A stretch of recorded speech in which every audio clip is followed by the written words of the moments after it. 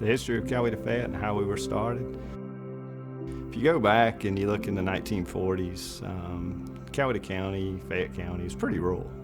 A lot of cotton farms, a lot of dirt roads.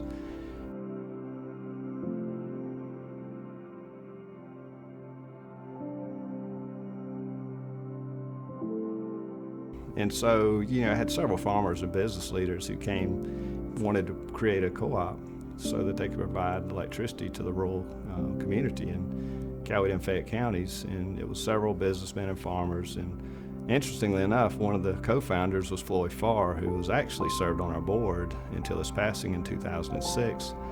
They were able to do this because of the Rural Electrification Act in 1936 that allowed them. So they actually purchased some lines from other utilities in the area. And so they actually opened the doors for business in 1947. It was in February of 1947. Had a handful of employees, probably just under 700 members, and about 150 miles of line. And you compare that today and what we have, and you see that today we've got 6,500 miles of line and 70,000 members and over 80,000 active services. So we've come a long way since those early days in the mid-40s.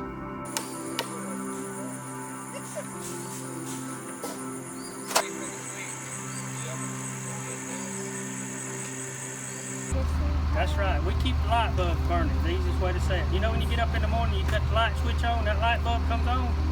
That's because we keep the system maintained and the lights on.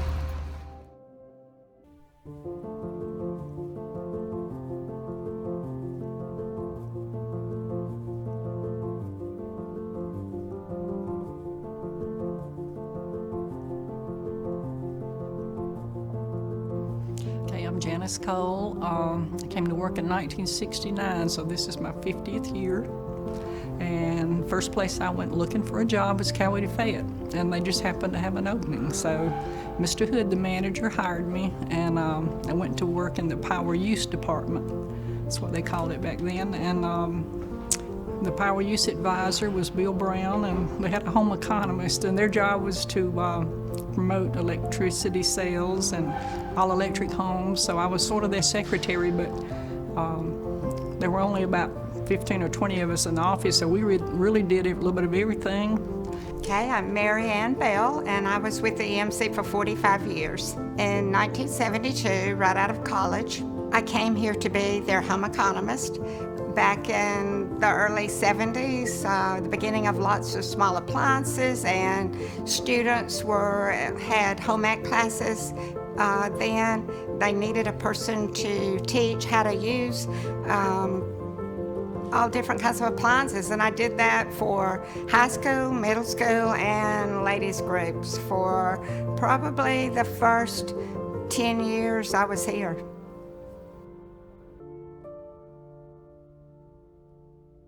When I came here, I was working in the warehouse. So I get up jobs, unload trucks, and get job for the guys and stuff, keep the warehouse clean. Obie Youngblood was this line superintendent. Well, I was on the crew to start with, and as time went on, I was a truck operator. And that was digging holes, putting anchors in for poles. Of course, doing the groundwork too. One of my best friends, we went to high school together, and he'd come to work out here, and he really enjoyed it. So he said there was a couple of openings, and he said this is a good place to work. So I applied and fortunately got the job. So I talked with Obie. We just built a relationship with my father and Obie and me. And I said, why don't y'all start doing some of your work around here, like washing them and changing tires and just doing a small repair. So then I got moved from the warehouse to the shop. So I didn't have to do the warehouse no more. So we worked on trucks. Then we hired a guy to come in and wash. So me and Carlton, we did most of the repairs and pick up parts and did all the work on the vehicle. Well, in 1974, we bought the first bucket truck. And the bucket truck was mainly used to repair streetlights. When I started, there wasn't even bucket trucks. You know, we had to climb everything. You know, you didn't get to work out of a bucket. But now, you know, and we didn't do any energized work back then. The manager at the time didn't believe in bucket trucks. He thought everybody ought to climb a pole, but we just didn't figure out a way to climb steel poles.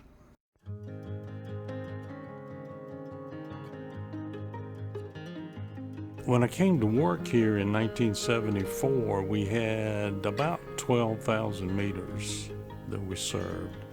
When I retired in 2009, we had over 70,000 meters. So in that 30-year time span, we added 60,000 members to our consumer base. It was really a good time to be here. It was kind of exciting, but also demanding, because there were a lot of things we had to do to make sure that we provided reliable service to everybody. When I was the engineer here, Georgia is a competitive customer choice state. And that is that large customers, industrial or commercial accounts that come into the state have their choice of electric suppliers. So for years, our competitor, Georgia Power, got most of those. And then we were able to get the first one in Peachtree City, a company called Tokyo Print.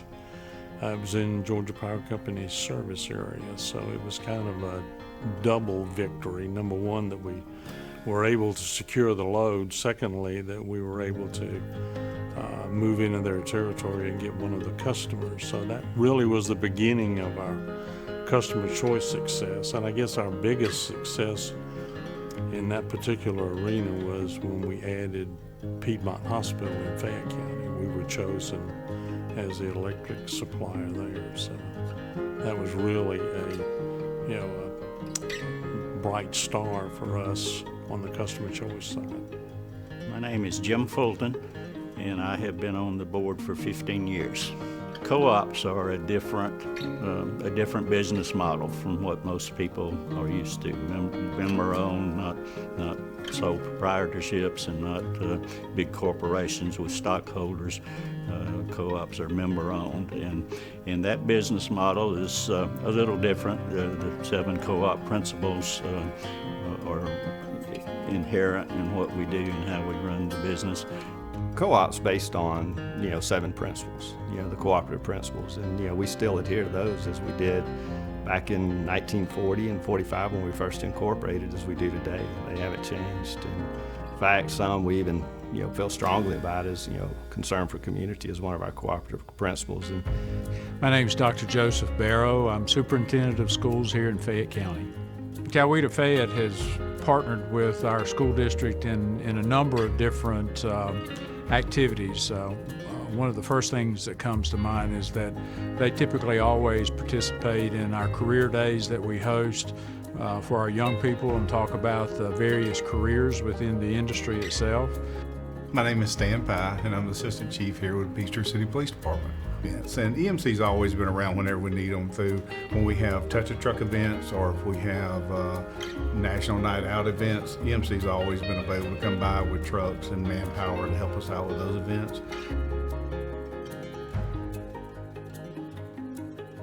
And it's part of who we are, because being a co-op is kind of special in the sense that we're about the people. We're about our members at the end of the day. It's more than just about the bottom dollar. We are here to serve and provide a service to members who own us.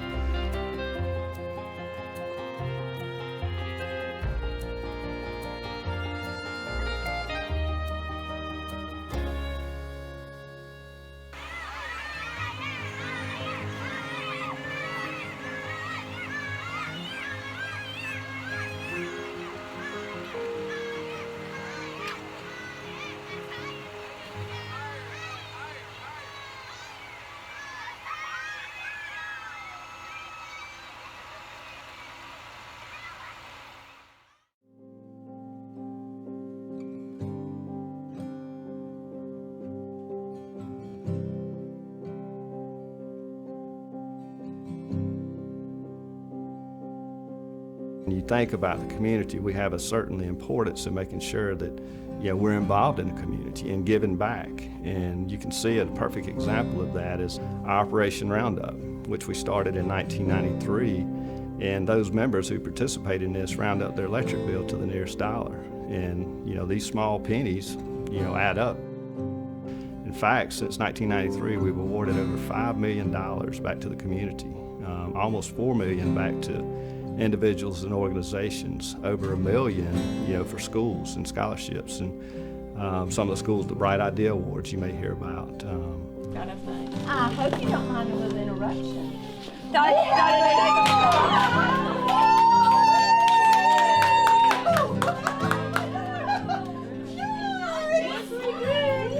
Miss Hightower and Miss Evans, and I've had such a hard time keeping my mouth shut. I warned them. I was like, okay, it's Saturday. Congratulations. Congratulations. How are you, Miss Princess? I'm fine, and how are you? Oh, thank you. I could not wait to see you. Oh, you're so precious. Thank you. And that's yours too.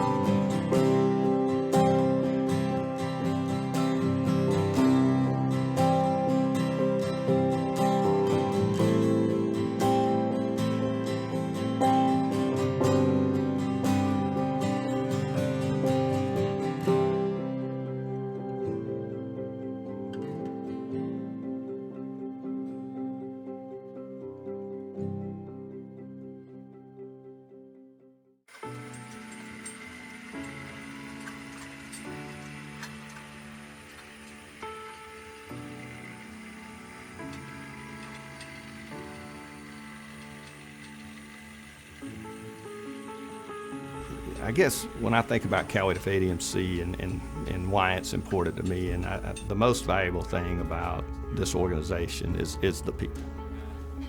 It's the employees. And it's a family environment, and it's something that, I realized when I came here, but it's the people and the relationships here that we have. It's such a special bond. The people, they help each other.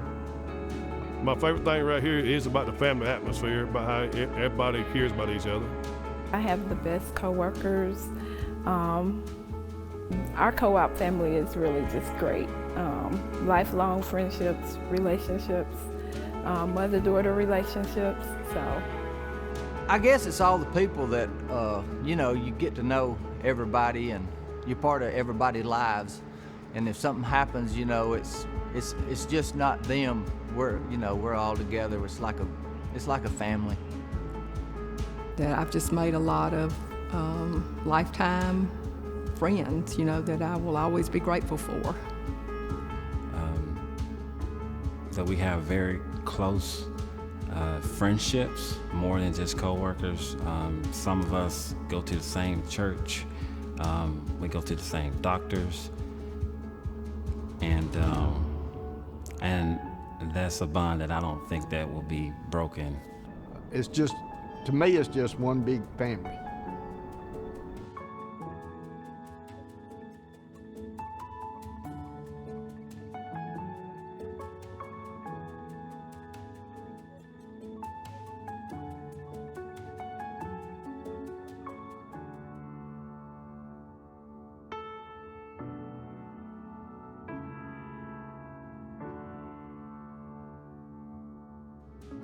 One of the important things is we've talked about technology and how it's changed here. But with that, people have to adapt to those changes, and it's very important that we do that. And so, one program that I'm really, really excited about, we were able to partner with one of our subsidiaries, True Natural Gas, who is a for-profit subsidiary, and they are going to build a 1.68 megawatt AC solar array here local in our service territory. And this is a program that's going to be really neat because we're going to be able to offer panels to our members.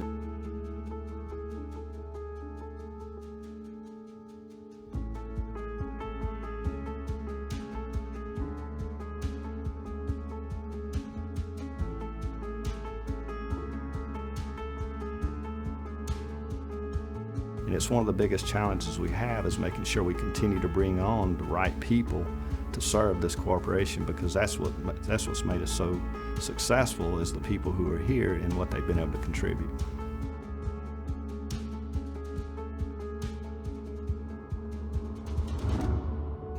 It's the opportunity you have. You make it what you want to make of it. And we are an innovative organization. I love people who have ideas, who are creative, and who think. And I'm interested in seeing that. I'm always looking for a way to make things better. And when you're doing your job, you have a better understanding of that. The opportunity you have is what you make of it, and also just the family environment.